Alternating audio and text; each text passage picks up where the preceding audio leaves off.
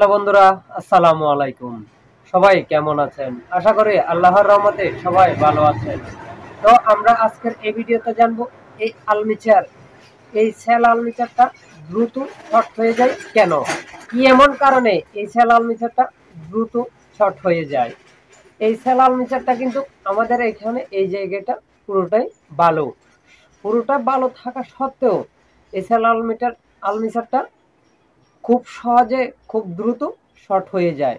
নতুন লাগানোর পর এই ২-৪ মাস চলার পর দেখা যাচ্ছে আলমিচারটা কিন্তু ভালো শর্ট হয়ে একটা গন্ধ ছুটতেছে, তখন আলমিচারটা লোড নিচ্ছে না। এটার কারণ কি? এর সমস্যা কি কারণে? এর সমস্যা হচ্ছে বর্তমানে যে সেল আলমিচারগুলো আছে, বর্তমানে সেল আলমিচারগুলো খুব একটা ভালো করতেছে না, খুব দ্রুত ওই আলমিচারগুলো শর্ট হয়ে যায়। এই আলমিচারগুলো শর্ট হয়ে যাওয়ার আরো কিছু কারণ আছে। আপনার যে আলমিচার বসার যে একটা জায়গা আছে, ওই তলার বুশটা খেয়ে গেলে আলমিচারটা আপনার শর্ট হয়ে যাবে। ওই আলমিচারের বুশটা যদি আপনার আলমিচারের সাথে যদি জাম হয়ে যায়, তাও আপনার আলমিচার শর্ট হয়ে যাবে। আমরা একটা জিনিস ভুল করে থাকি, যখন সেল খোলা ফিটিং করি তখন আমরা অনেকে গিরিজ দিয়ে দিই। তো গিরিজটা আপনার কিছুদিন চলার পর শুকিয়ে যায়। তো শুকিয়ে গেলে কি করবে? আপনার আলমিচারটা জাম ধরবে। যখন জাম ধরবে তখন আলমিচারটা অটোমেটিক লোড টানবে। লোড টানার কারণে আপনার আলমিচারটা শর্ট হয়ে যাবে। তো আমরা বুশের জায়গায় গিরিসও দিতে পারে। গিরিস না দিয়ে সবচেয়ে ভালো হবে মোবিল দিলে, কারণ মোবিলটা সহজে শুকায় না। মোবিলটা আপনার যে কোনো জিনিস এর মধ্যে যদি আপনি মোবিল দেন, ওই মোবিলে আপনার জিনিসটা ফ্রি রাখবে, ওই জিনিসটা জাম হবে না। আমরা যখন গিরিস দিয়ে দিই, গিরিস দিয়ে মোবিল যদি না দিই, অনেকে আছে আমরা গিরিস দিয়ে মোবিল দিই না। তো মোবিল না দেওয়ার ক্ষেত্রে গিরিসগুলো শুকিয়ে যায়। কারণ হচ্ছে আপনার যখন কার্বন খাবে, ওই কার্বনগুলো পাউডার হয়ে যাবে। ওই পাউডারগুলো ঢুকার সাথে সাথে আপনার গিরিসটা শুকিয়ে যাবে। যখন গিরিসটা শুকিয়ে যাবে তখন আলমিচারটা একটু লোড নেওয়া শুরু হবে। এই লোড নেওয়ার কারণে আপনার চেনা আলমিচারটা খুব দ্রুতভাবে শর্ট হয়ে যাচ্ছে। আরো কিছু কারণ আছে। দেখা যাচ্ছে আমাদের অনেক সময় ব্যাটারি দুর্বলের কারণে সেলটা লোড নিয়ে নিয়ে ঘুরতেছে। এই সেলটা লোড নেওয়ার কারণে দুর্বল ঘুরতে ঘুরতে একটা সময় দেখা যায় আমাদের সেল আলমিচারটা শর্ট হয়ে গেছে। তো আমরা চিন্তা করি সেল আলমিচারটা নতুন লাগাচ্ছি, কিছুদিন হচ্ছে, এটা এত সহজে এত সরে কিভাবে শর্ট হয়ে গেল, কেন এবার শর্ট হয়ে গেল? তখন আমরা কি করি? আমরা বলি এই আলমিচারটা ভালো না, এই আলমিচারটা কোম্পানিটা ভালো না। তো আমরা চট করে দোষ দিয়ে দিই মালের। আর অথচ আমাদের তো মালের দোষ না, এটা হচ্ছে আমাদের কাজের সমস্যার কারণে এই সমস্যাটা হচ্ছে।